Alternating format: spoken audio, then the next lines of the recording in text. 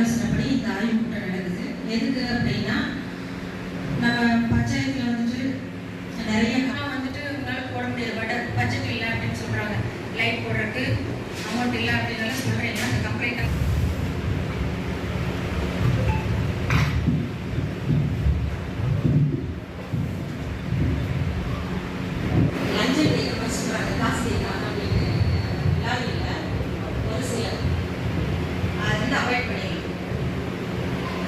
அவங்க எல்லாருமே கூலிக்கு வேலைக்கு போகிறவங்க. அது வந்து பண்ண வேண்டாம்.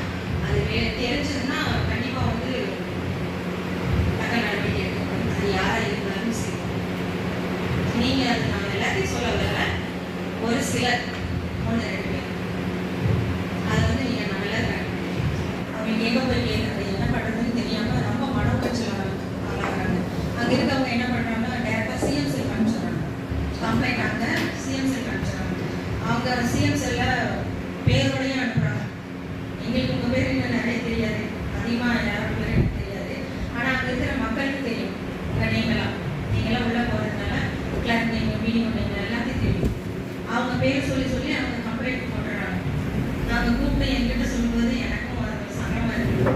நம்ம தொகுதியில் இப்படி இருக்குது அப்படின்னு சொல்லிட்டு அந்த கம்ப்ளைண்ட்ஸ் எல்லாம் நீங்கள் பார்த்து அவங்க கூட இருந்து பண்ணிக்கணும். உங்களுக்கும் அந்த கஷ்டம்லாம் இருக்கும்.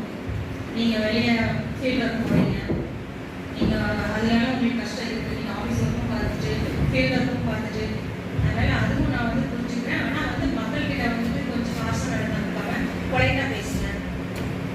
தெரியல அவங்களுக்கு பஞ்சாயத்துனாலே கொஞ்சம் இதாக தான் இருக்குது, ஊராட்சி சைடெல்லாம். அதனால் நீங்கள் உங்கள் சார்பாக அவங்களுக்கு என்ன ஹெல்ப் பண்ண முடியுமோ ஹெல்ப் பண்ணுங்கள். உங்களுக்கு ஏதாவது அதில் ப்ராப்ளம் இருக்குது, இந்த மாதிரி அவங்க கேட்குறது என்னால் பண்ணி கொடுக்க முடியாது அப்படின்னா நீங்கள் அதை